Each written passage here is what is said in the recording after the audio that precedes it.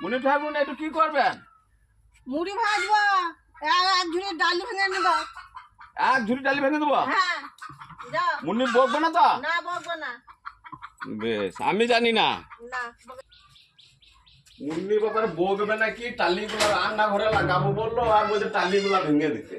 মুড়ি ভাজবে, আবার টালি নিয়ে কি করবে? টালিগুলা কিনে আনলো, নিয়ে এখন মুড়ি ভাজবে বলছে। ভেঙে দিয়ে আমি কি করবো? আর 300 প্যাকেট আছে, সব ভেঙে দেবো। এখন দুটো দুটো করে ভাঙি, দুটো দুটো করে ভাঙি। একবারে 300টা আছে। এইগুলা রান্না ঘরে লাগাবো বলছিল মুন্নি, আর এই টালিগুলো ভাঙা করা আছে। আমি জানি না বাবা, এগুলো দিই, তারপর আবার যা করবে করবে। মুন্নির যদি বককে আমি জানি না। এই কটা এখন ভাঙলাম, এই কটা না তারপর আবার দিচ্ছি। ই মা, আগো রান্না ঘরে লাগাবো করে এগুলো এনেছে, আর তুমি এগুলো ভেঙে দিলা? তা আপনিই তো বললেন যে টালি ভাঙতে।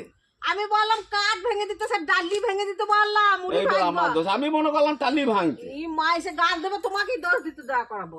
আমি ওইসব জানি না। জানি না বলে কি করে তুমি ভেঙে দিলে কেন?